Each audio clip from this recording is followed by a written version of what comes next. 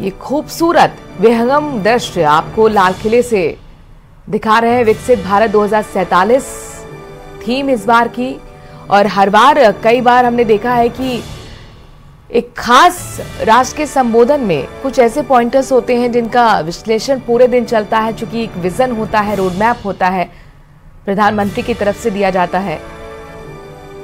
कई ऐसी योजनाएं जिनकी लॉन्चिंग भी इसी लाल किले के प्राचीर से हुई है। स्वच्छ भारत अभियान की शुरुआत भी यहां पर हुई थी, जब प्रधानमंत्री ने खुद, आपको याद होगा, 2014 में हाथ में झाड़ू लेकर इस अभियान की शुरुआत की थी। इसके साथ साथ स्टार्टअप इंडिया की भी बात प्रधानमंत्री राष्ट्र के संबोधन में करते हुए नजर आए थे। और आज वो राष्ट्र के संबोधन में क्या कहते हैं बहुत महत्वपूर्ण होगा। वो कौन सी योजनाओं को गिनवाते हैं, जो योजना एक बड़ी भूमिका निभाने वाली है विकसित भारत के लिए। विकसित भारत ये थीम 2047, जब शताब्दी आजादी की बनाएगा भारत, तो कैसे उसको विकसित भारत के रूप में आगे बढ़ाया जाए, देश को विश्व की तीसरी अर्थव्यवस्था बनाया जाए। ये आपको हम लाल किले के आसपास का नजारा ही दिखा रहे हैं। ये एरियल व्यू है और देखिए कितना खूबसूरत ये नजारा लग रहा है। बिल्कुल, ये तस्वीरें आप देख पा रहे हैं। विकसित भारत 2047 लिखा हुआ है, यानी 2047 के विजन को लेकर के चला जा रहा है। प्रधानमंत्री नरेंद्र मोदी हमेशा से ही जो है 2047 के विजन की जिक्र जरूर करते हैं, उसकी बातचीत जरूर करते हैं।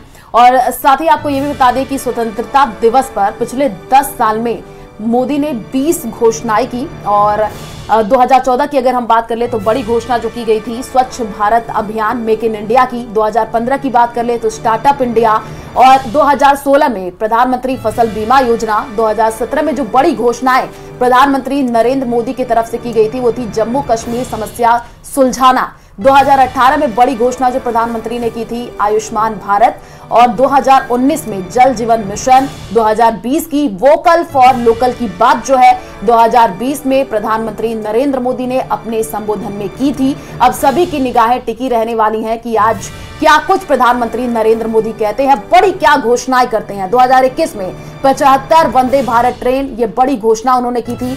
बात वहीं अगर 2022 की हम कर ले तो 5 प्राण 5 टेक्नोलॉजी की बात जो है प्रधानमंत्री नरेंद्र मोदी ने की थी। बड़ी बात उनकी तरफ से जो कही गई थी, देश विकसित भारत के संकल्प के साथ आगे बढ़ना है। 2023 में विश्वकर्मा योजना, बड़ी घोषणा प्रधानमंत्री नरेंद्र मोदी की तरफ से की गई थी, जन औषधि केंद्र। और बड़ी बात जो प्रधानमंत्री नरेंद्र मोदी की तरफ से कही गई थी वो थी कि देश को 5 साल में तीसरी बड़ी अर्थव्यवस्था बनाने की गारंटी। और आज सभी की निगाहें प्रधानमंत्री नरेंद्र मोदी पर टिकी रहने वाली हैं। जब प्रधानमंत्री नरेंद्र मोदी राष्ट्र को संबोधित करेंगे, क्या कुछ तमाम बड़ी बातें वो कहते हैं, क्योंकि 2023 की अगर हम बात कर ले तो 90 मिनट का भाषण प्रधानमंत्री नरेंद्र मोदी ने दिया था, और उस वक्त सफेद कुर्ता पजामा पहने हुए नजर आ रहे थे। आज भी प्रधानमंत्री नरेंद्र मोदी सफेद कुर्ते पजामे में नजर आ रहे हैं, और ब्लू कलर का उनका जैकेट है, साफा पहने हुए वो दिख रहे हैं। और थोड़े ही समय का इंतजार जब प्रधानमंत्री नरेंद्र मोदी राष्ट्र को संबोधित करेंगे। जाहिर तौर पर प्रधानमंत्री नरेंद्र मोदी 11वीं बार लगातार राष्ट्रीय ध्वज को फहराएंगे लाल किले के प्राचीर से, जब अपने संबोधन में सरकार का एजेंडा रखेंगे, साथ ही रिपोर्ट कार्ड भी सामने रखेंगे। महत्वपूर्ण नीति हो या फिर कार्यक्रम की घोषणा भी प्रधानमंत्री करते हुए नजर आए हैं, जिस तरह से खुद हमारे सहयोगी ने जिक्र किया। इसके साथ ही देश के सामने ज्वलंत मुद्दों के बारे में भी वो बात करते हैं। तो क्या अब देखिए बहुत महत्वपूर्ण क्षण।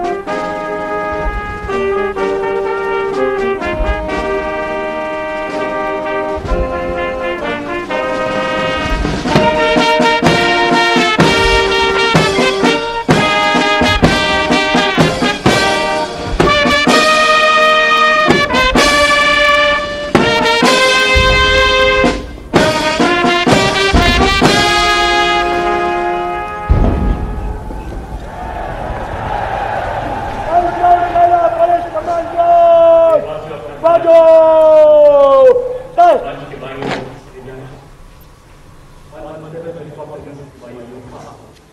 Winter Sena Police Commando Bagul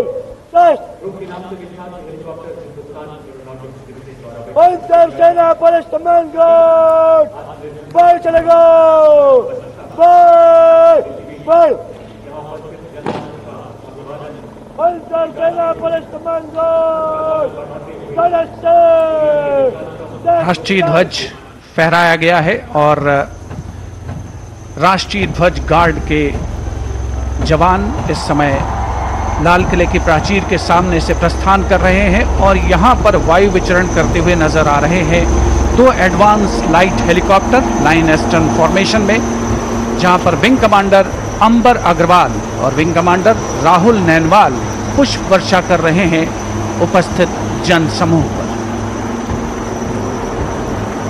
मन में फूल खिल रहे हैं और आकाश से भी पुष्प वर्षा हो रही है और भारत मना रहा है अपना स्वाधीनता दिवस।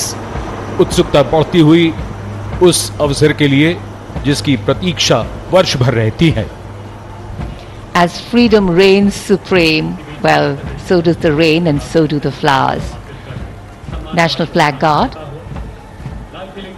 marching off away. They'll come back towards the closure of the program.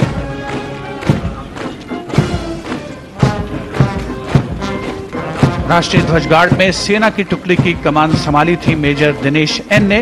नौसेना की टुकड़ी की कमान संभाल रहे थे लेफ्टिनेंट कमांडर सचिन धनखड़ और वायुसेना की टुकड़ी की कमान संभाली स्क्वाड्रन लीडर CS श्रवण देवैया ने।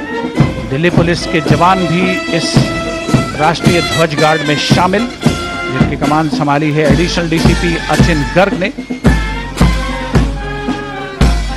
इंटर सर्विसेज गार्ड में इस बार समन्वय का दायित्व नौसेना को सौंपा गया था, जिसका नेतृत्व कर रहे थे कमांडर विनय दुबे।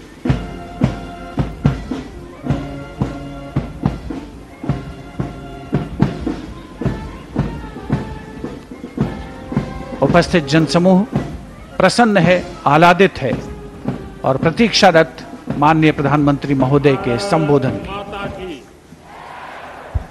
भारत माता की, भारत माता की।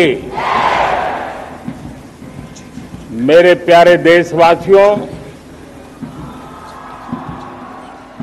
मेरे परिवारजन,